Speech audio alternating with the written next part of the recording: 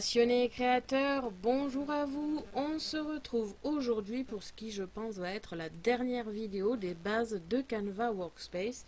Donc si vous n'avez pas vu les deux premières vidéos, je vous conseille d'aller les voir ainsi que les raccourcis clavier, comme ça vous aurez, on va dire, toutes les premières bases que je vous montre. Donc on se retrouve aujourd'hui après vous avoir présenté la partie de gauche, on va présenter la partie de droite qui risque d'être un petit peu plus longue ainsi que la partie du haut qui elle va être assez rapide je pense. Je vais donc commencer, donc on avait vu la semaine dernière la zone de création, c'est une configuration de votre support que vous aurez à faire une fois, de temps en temps si vous avez le 30 par 60 à refaire de temps en temps, mais sinon en règle générale vous n'aurez pas besoin d'y toucher une fois configuré. On va se retrouver dans le premier icône ici dans les propriétés, à savoir que tout ce que vous retrouverez ici dans cette partie-là, vous le retrouverez en haut selon les circonstances. Par exemple, si je prends un carré ici, j'ai la possibilité de choisir entre tracer et couper, de choisir le remplissage intérieur et la ligne de contour,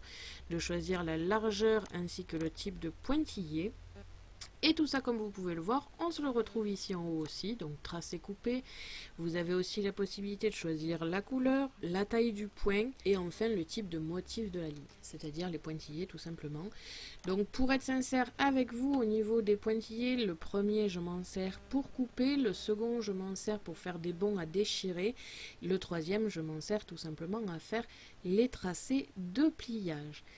Tous les autres à la suite, je ne m'en sers que très rarement, je ne m'en sers tout simplement que quand je fais des dessins et que je veux faire un dessin de type couture finalement, où je dessine les contours en pointillés. Donc vraiment à retenir, c'est le premier la découpe, le second les bonds à déchirer, le troisième les pliages. Donc comme je vous le disais, tout ce que vous retrouverez ici, vous le retrouverez là-haut. Bon là je vais laisser tout en coupé, par contre je vais vous montrer comment colorer. Donc l'intérieur tout simplement vous choisissez votre couleur et ça se change dans la couleur. Le contour lui reste toujours noir, sauf si vous changez ici et que vous le mettez en orange par exemple, vous allez, bon là ça se voit pas trop mais le contour est plus en noir mais en orange.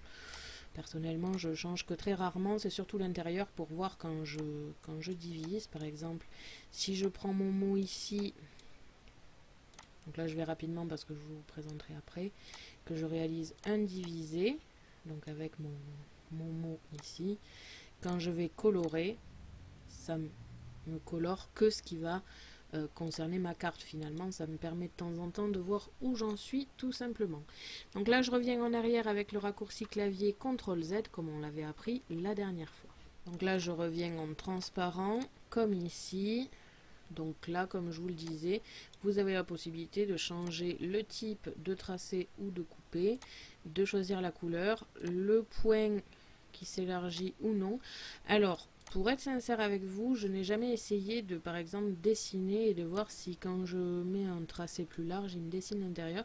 Donc c'est vrai que j'utilise en fait jamais cette option-là. Je l'ai toujours sur 1 et je ne l'ai jamais changé. Il faudrait que je teste pour voir ce que ça fait et donc le type de pointillé. Si je fais ce motif ici, c'est pareil, c'est tout simplement un motif. Ce n'est pas compté comme une écriture malgré que ce soit un mot parce que c'est fusionné et donc c'est devenu une forme. Donc cette partie-là, c'est comme un carré finalement, même si c'est une écriture.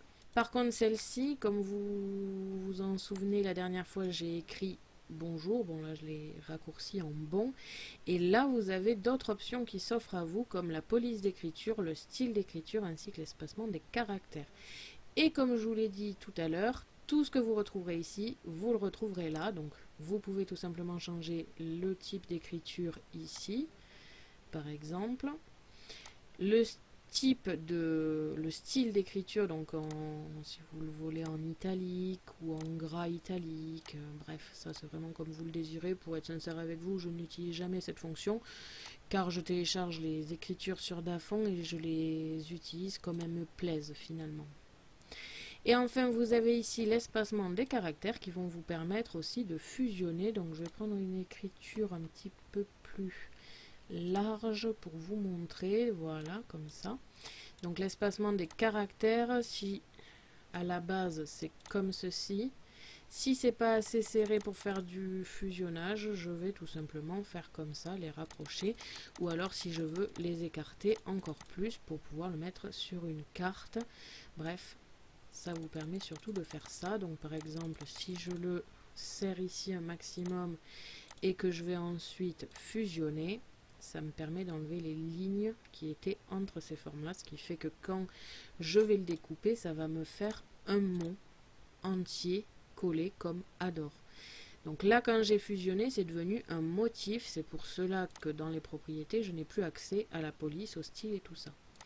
Je vais revenir en arrière ici. Donc, si vous ne fusionnez pas quand vous êtes arrivé à cette partie-là, en fait, votre B va être découpé avec le O, va être découpé avec le N, ce qui fait que vous aurez 3 lettres différentes et en plus mal coupées. Donc, c'est pas génial, pour être sincère. Et enfin, au niveau des écritures, donc là, je vais prendre un rond, ça sera beaucoup plus parlant. Il reste une dernière fonction qu'il y a ici dans les propriétés. Donc je vais réduire un peu ici, je vais espacer un peu mes lettres. Donc quand je sélectionne les deux, donc là je vais très vite, je vous montrerai ça après, je peux l'ajuster au tracé, c'est ce qu'on avait parlé dans la mise à jour du programme, pour tout simplement le mettre, autour d'un cercle comme ici. Et là encore une fois, les options que vous avez ici sont tout simplement disponibles ici dans les 3 icônes. Donc si vous voulez que ce soit réparti sur l'entièreté du cercle ou non. Si vous voulez que ce soit au milieu comme ici du tracé du cercle. Ou encore que ce soit lui dans un sens et pas dans l'autre. Donc comme je vous ai dit, toutes les options que vous aurez dans Propriétés se retrouvent en haut. Ce qui fait finalement, quand on y réfléchit un petit peu, la zone de création, une fois créée de base, vous n'avez plus besoin d'y toucher.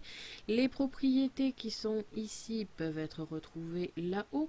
Et il ne vous reste plus que 2 petits icônes que vous allez souvent utiliser. Ce sont tout simplement l'icône d'édition et l'icône de couche. L'icône de couche, comme vous pouvez le voir, répertorie toutes les formes finalement que vous avez. Vous avez la possibilité de l'afficher ou non sur votre support, de le verrouiller ou non, ce qui fait que je ne peux plus du tout le sélectionner, le supprimer ou quoi que ce soit. Et enfin de choisir si vous voulez le couper ou le tracer.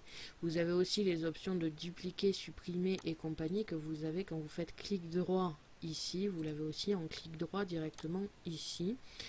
Donc ça vous permet, si vous avez plein de motifs, de vous y retrouver plus facilement, de voir aussi si vous l'avez mis en coupé ou en tracé. Quelquefois quand j'arrive à un stade où j'ai 300 images sur mon support, ça me permet de vérifier qu'il y a bien le motif que je voulais absolument écrire qui soit en version tracée et non en coupé. Donc encore une fois, c'est quelque chose que vous allez utiliser assez souvent pour vous repérer, mais c'est pas l'endroit où vous allez rester le plus souvent, car tout simplement l'endroit où vous allez rester le plus souvent, c'est édition. Et c'est là que va se passer un bon nombre de choses. Donc là, je vais reprendre un carré avec un rectangle. Je vais décaler ça pour le moment.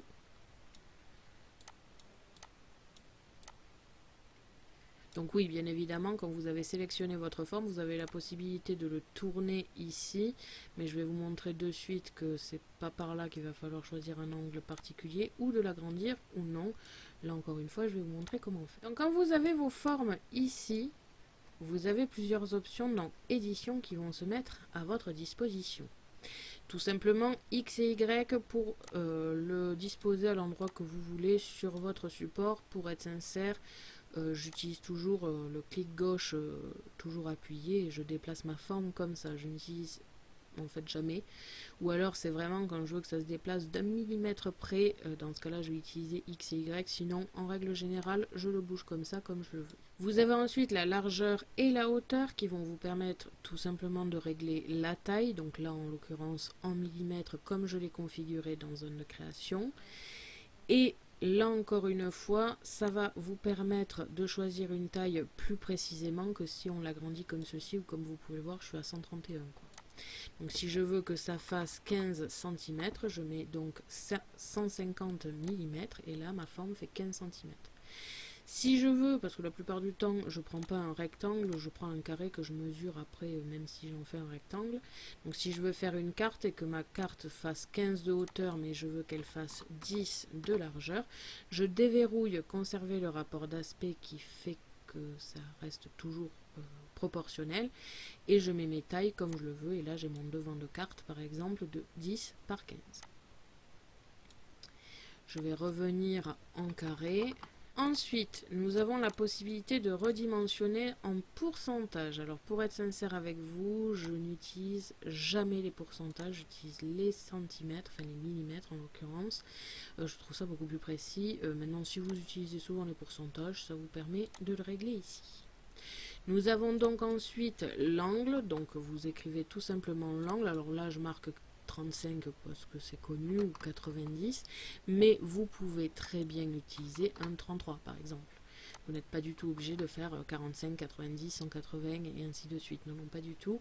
Vous pouvez choisir l'angle que vous désirez. Ensuite, vous pouvez l'inverser. Donc par exemple, si je le décale un petit peu comme ceci, je peux l'inverser horizontalement, ce qui fait que ma pointe qui était ici se retrouve ici, ou alors verticalement, et ma pointe qui était ici se retrouve en bas. Donc voilà, c'est vraiment comme vous le désirez. Souvent sur certaines fonctions, ça permet d'être plus facile. Par exemple, si vous avez un mot adore, vous pouvez l'inverser, ce qui fait qu'en vinyle, enfin en flex, ça sera plus simple. C'est la version miroir finalement.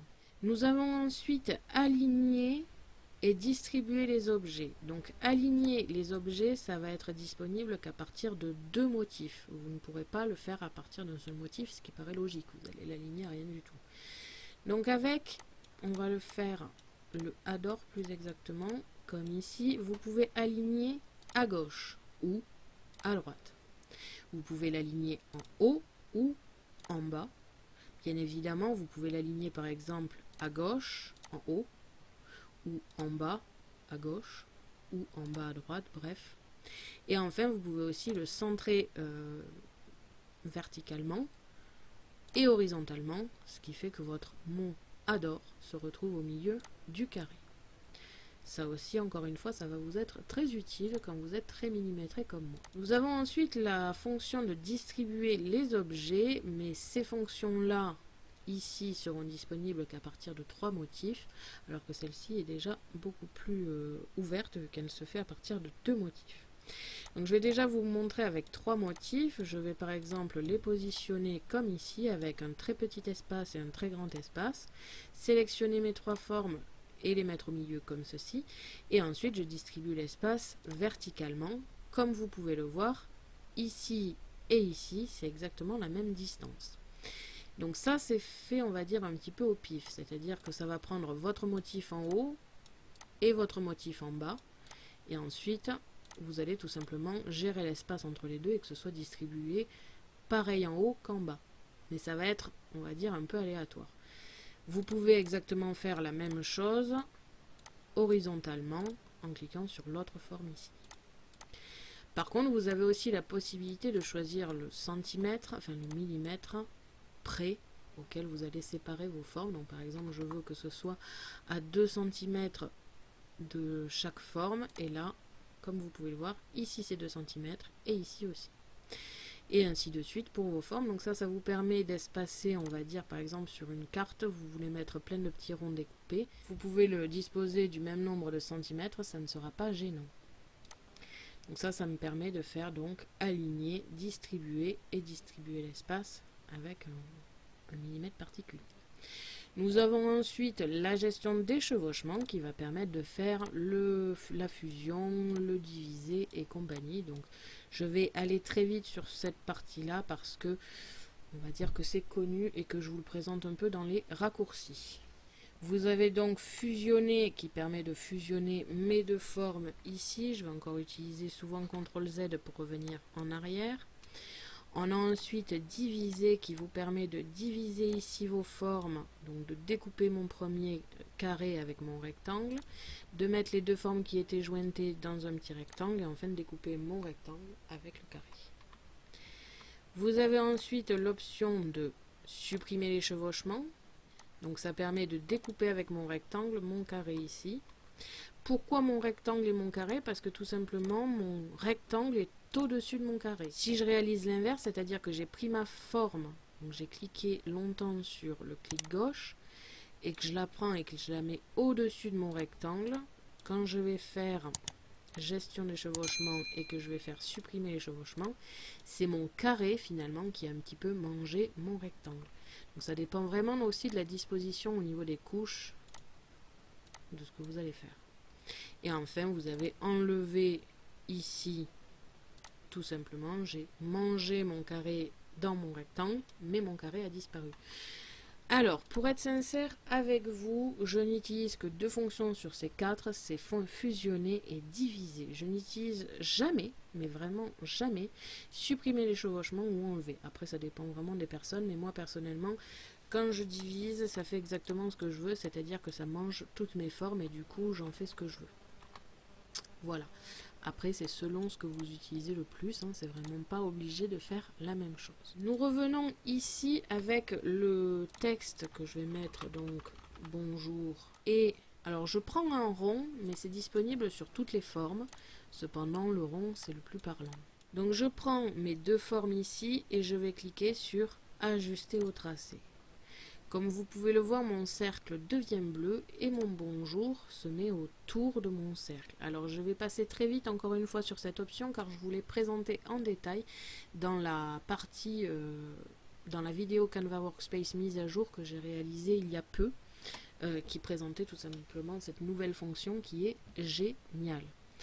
Donc vous avez toutes les options comme je vous en parle dans cette vidéo pour bien positionner votre bonjour et quand vous avez terminé, vous cliquez tout simplement sur convertir en forme et le bonjour est en cercle, comme vous pouvez le voir. Tout simplement, hein, c'est vraiment tout bête. Et le cercle disparaît, alors ça aussi c'est à prendre en compte, quelquefois ça m'a un peu embêté sur certains projets, je le fais par rapport à un cercle qui va être dans ma carte et il me supprime le cercle, c'est un petit peu bête. Mais au moins on le sait une fois que c'est fait. Et nous avons terminé les fonctions d'édition. Donc là je suis allée très vite parce que ce sont des fonctions d'édition de base. La largeur, la hauteur, c'est quelque chose que vous connaissez. Si vous faites des cartes, les angles, c'est pareil. C'est des fonctions qui de toute façon peuvent passer très rapidement dessus parce que c'est des options qu'il va falloir utiliser. Encore une fois, si vous êtes vraiment débutant, que vous avez à peine réalisé vos 3 petits projets Canva, je vous conseille de vous entraîner, de prendre 2 ou 3 formes et de faire en boucle l'alignement, la distribution des objets et le chevauchement pour apprendre quelle fonction fait quoi, parce que personnellement dans les premiers temps je savais même pas la différence entre fusionner et diviser. Il m'a fallu au moins 3 semaines pour apprendre ça. Donc vraiment prenez vos deux formes et faites en boucle fusionner pour voir ce que ça vous fait. Pas toujours les mêmes formes, vous prenez une fois avec Adore, avec votre carré, vous faites fusionner et là vous voyez que ça disparaît. Vous vous demandez pourquoi? Tout simplement parce que ça fusionne. Si je décale un petit peu mon Adore et que je fusionne, vous voyez bien que j'ai mon E qui dépasse. Donc entraînez-vous plein de fois avec ces fonctions-là. Il n'y a pas de secret. Si vous voulez apprendre quelque chose avec ce programme, il va falloir vous entraîner parce qu'il est un petit peu compliqué. Alors, je le trouve très simple et très compliqué à la fois, c'est-à-dire qu'il est simple, il est très ergonomique, les fonctions se trouvent au bon endroit, c'est bien expliqué. Par contre, il est compliqué quand vous ne connaissez pas du tout ce genre de programme, c'est lourd et c'est très long. Il m'a fallu, on va dire, une bonne année, oui, pour bien gérer le programme et surtout pour faire des cartes qui me ressemblaient. Au début, je faisais quelque chose, ou d'ailleurs vous pouvez même le voir sur mes vidéos, les toutes premières que je faisais au tout début de mes vidéos, dans création, vous allez dans les plus lointaines, et vous allez voir en fait que mes fichiers sont plus grossiers, c'était moins précis que ce que je fais maintenant, tout simplement parce que je découvrais le programme, hein, comme vous, et du coup je faisais des cartes qui me ressemblaient pas du tout, avec zéro mécanisme, pas très fine, des gros motifs au milieu, parce que je ne gérais pas du tout. Donc vous pouvez vraiment aller voir ces vidéos pour vous faire comprendre aussi que même moi, hein, même si je connais le programme maintenant par cœur, ben, je suis passée dans une phase où je faisais des choses qui n'étaient pas forcément... Enfin, maintenant, quand j'ai le recul, je vois que c'était pas du tout moi, quoi. Donc voilà, un conseil avec cette fonction d'édition et de couche, c'est de vous entraîner à supprimer, à dupliquer et tout ça, parce que ça va être vraiment très utile pour la suite. Bien évidemment, avec le clic droit, vous avez accès à copier, dupliquer, supprimer la disposition. Donc la disposition, c'est justement ce qui va vous permettre de gérer les profondeurs de vos motifs et de savoir qui va croquer qui finalement. Mais ça, vous pouvez le faire aussi dans couche. Vous cliquez longtemps sur un motif et vous le déplacez finalement. Ça vous permet de mettre déjà en arrière-plan tout ce que vous avez terminé par exemple et que vous ne voulez plus toucher, ou alors justement de savoir qui va manger qui. On va maintenant passer aux fonctions qu'il y a en haut. Donc les fonctions premium, comme je vous ai dit, ça c'est les autocollants. LED, je vous en ai parlé dans la première ou la deuxième vidéo. Afficher, c'est ce qu'il y a dans zone de création. Couche, c'est ce qu'il y a dans couche. Donc tout simplement, vous faites clic droit et vous avez les mêmes options. Donc personnellement, Aide, je l'utilise pour les paramètres du compte, les mises à jour du programme et compagnie. Vous allez peut-être avoir besoin de rechercher la mise à jour de votre Scan and Cut DX. Donc ça, c'est vraiment pour la nouvelle machine qui a Internet. Plutôt que de faire comme je vous l'ai montré dans la première vidéo, de télécharger votre fichier de mise à jour, de le mettre sur une clé USB et de le mettre dans votre machine, ben, apparemment ça se fait directement là. Ça, c'est vrai que c'est une des choses qui me donne très envie d'avoir la nouvelle machine. Ensuite, dans édition, c'est annuler, rétablir, c'est les fonctions que vous avez partout ici en fait. Vraiment, afficher, couche et édition, si vous avez bien retenu tout ce que je vous ai dit à droite et à gauche, vous n'avez vraiment pas besoin d'aller ici, ça sera beaucoup trop long. Et enfin fichier, donc là on va passer à une autre partie de la vidéo, l'enregistrement. Donc nouveau, ouvrir, tout ça, vous connaissez, mais je vais vraiment vous expliquer en détail. Ouvrir ou ouvrir récent, ça c'est que pour les CWPRJ que je vais vous expliquer juste après. Je vais juste vous dire les noms pour l'instant. Enregistrer, enregistrer sous CWPRJ. Importer à partir de votre ordinateur FCM. Il me semble pas qu'il y ait les SVG, mais bon, on va dire FCM et données de découpe. Importer à partir de votre machine de découpe, donc fichier SCM ou données numérisées, ça ne concerne que les machines avec Wi-Fi, tout simplement. Donc la CM700, la CM900 et les nouvelles machines. Pas du tout pour la CM600 par exemple.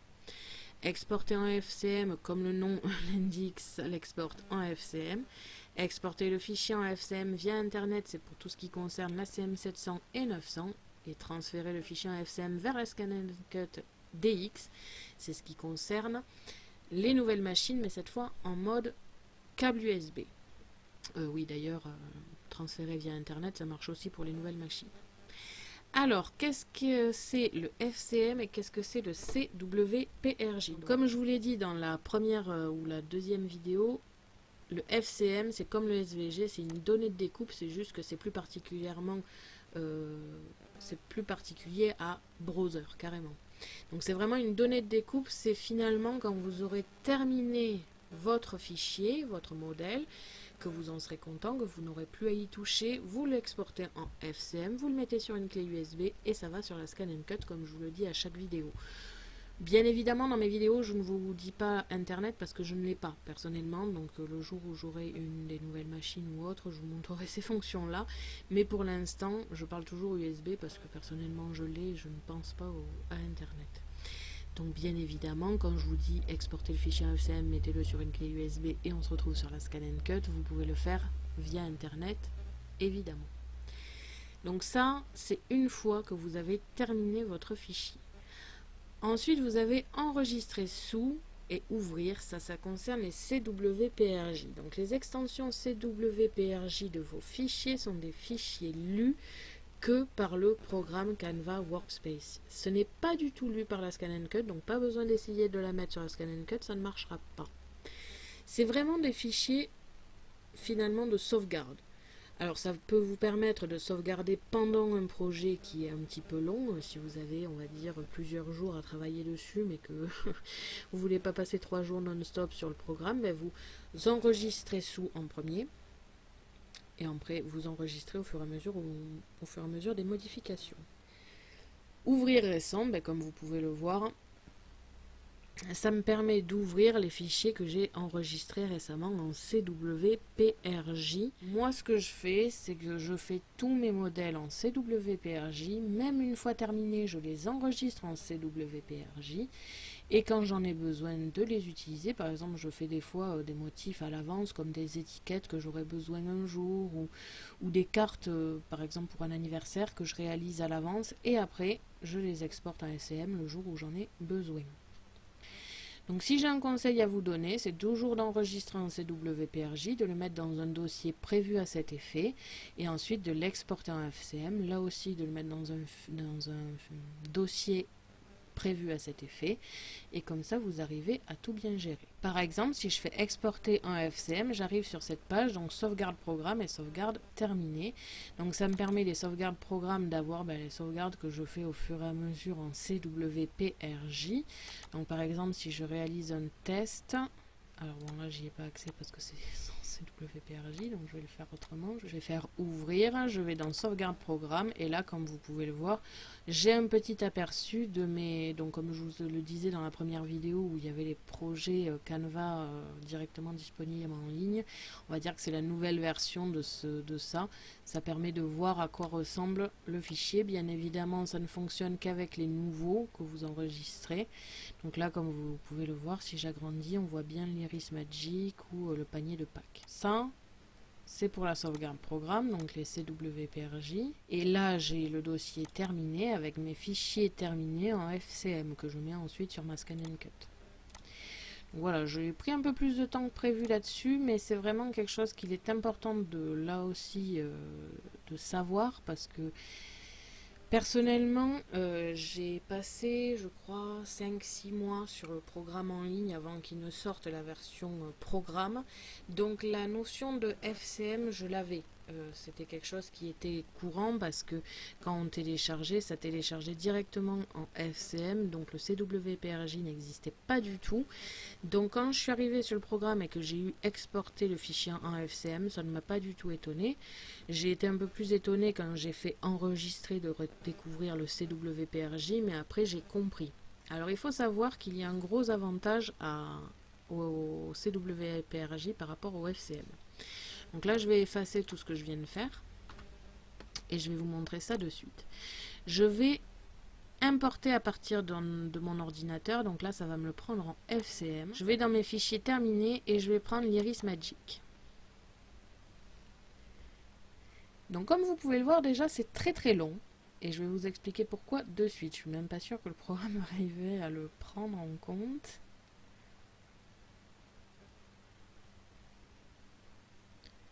Donc voilà, on arrive sur cette page où là on dirait qu'il n'y a aucun souci. Par contre, j'ai plein de groupes alors que j'avais aucun souvenir d'avoir tous ces groupes sur la version CWPRJ, et je vais tout simplement vous dire pourquoi. Parce que même les formes que j'avais divisées à la base se retrouvent non divisées sur le FCM. Donc j'ai ici les ronds que j'avais divisés, tout est bien séparé, et là où c'est le plus visible et le plus terrible, c'est que comme vous pouvez le voir ici, il y a des pointillés, et ici aussi, et bien sur la version FCM, il m'a séparé chaque pointillé. C'est plus des pointillés, c'est finalement des traits au fur et à mesure qui sont un à un tracés. Donc j'ai plein de groupes, comme vous pouvez le voir ici dans mes couches à droite. J'ai plein de groupes et je vais vous montrer de suite en supprimant et en ouvrant cette fois-ci la même chose mais en version CWPRJ. Comme vous pouvez le voir, j'ai beaucoup moins de groupes ici parce que tout simplement, moi, sur le modèle de base, sur le CWPRJ, j'ai fusionné, j'ai divisé, j'ai créé des pointillés. Donc, par exemple, ici, j'ai d'abord mes pointillés, mais tous ensemble et pas un point par point. Et ensuite, ma forme carrée, enfin, ma forme rectangulaire. Mes cercles sont directement intégrés. Donc, si je fais ça, vous voyez, mes points ici sont directement intégrés dans mon modèle parce que j'ai divisé, et tout ça il ne le fait pas. Donc voilà, c'est un gros avantage le CWPRJ parce que ça va vous permettre d'enregistrer même une fois terminé ce genre de fichier que je vais réutiliser assez souvent et où je vais faire peut-être des modifications ci et là. Ça va me permettre de l'ouvrir déjà beaucoup plus rapidement comme vous l'avez vu, et surtout ça va me permettre de modifier, même si les pointillés 3 mois après je veux les diminuer, je peux le faire. Je vais tout simplement ici et je vais les diminuer ou les agrandir selon le contexte. Donc voilà, c'est un petit détail, mais ça a son importance parce que vraiment, ça c'est vrai que le FCM là-dessus, c'est très bien pour la scan and cut, mais même sur la scan and cut, des fois, il a du mal à gérer parce que tous les pointillés, il le prend point par point, alors qu'en fait, pas du tout, quoi. Il devrait le prendre comme les CWPRJ. Donc voilà, j'ai pris plus de temps sur cette fonction d'enregistrement, mais c'est vraiment pour vous mettre en tête qu'il faut vraiment enregistrer un CWPRJ pour pouvoir le modifier, quel que soit le temps que vous y mettez, et le FCM pour la scan and cut, tout simplement. Donc voilà, on a terminé les bases du programme. Donc je suis passée très rapidement sur les fonctions parce que tout simplement j'ai déjà réalisé des vidéos sur les fonctions plus détaillées, et surtout comme je vous ai dit, c'est à vous de vous entraîner, ça c'est le plus important. Je ne peux pas faire ça pour vous, c'est une partie qu'il va falloir faire seul, de prendre des formes et de faire tout un tas de tests avec tout un tas de fonctions pour voir à quoi ça sert et comment ça marche. Là malheureusement je peux vous apprendre vite fait à les utiliser, mais si vous voulez vraiment les utiliser comme moi, il va falloir de l'entraînement, c'est obligatoire. Et donc cette vidéo est terminée et j'espère qu'elle vous aura plu. Merci à tous d'avoir regardé ma vidéo, n'hésitez pas à me poser des questions ainsi qu'à me dire en commentaire ce que vous avez pensé de ces 3 vidéos de base. Je vous invite à me suivre sur mon blog ainsi que mes réseaux sociaux que vous pouvez retrouver dans la description de la vidéo. Et n'oubliez pas que j'ai un lien en partenariat avec Megacrea qui se trouve aussi dans la description. À la prochaine pour de nouvelles créations.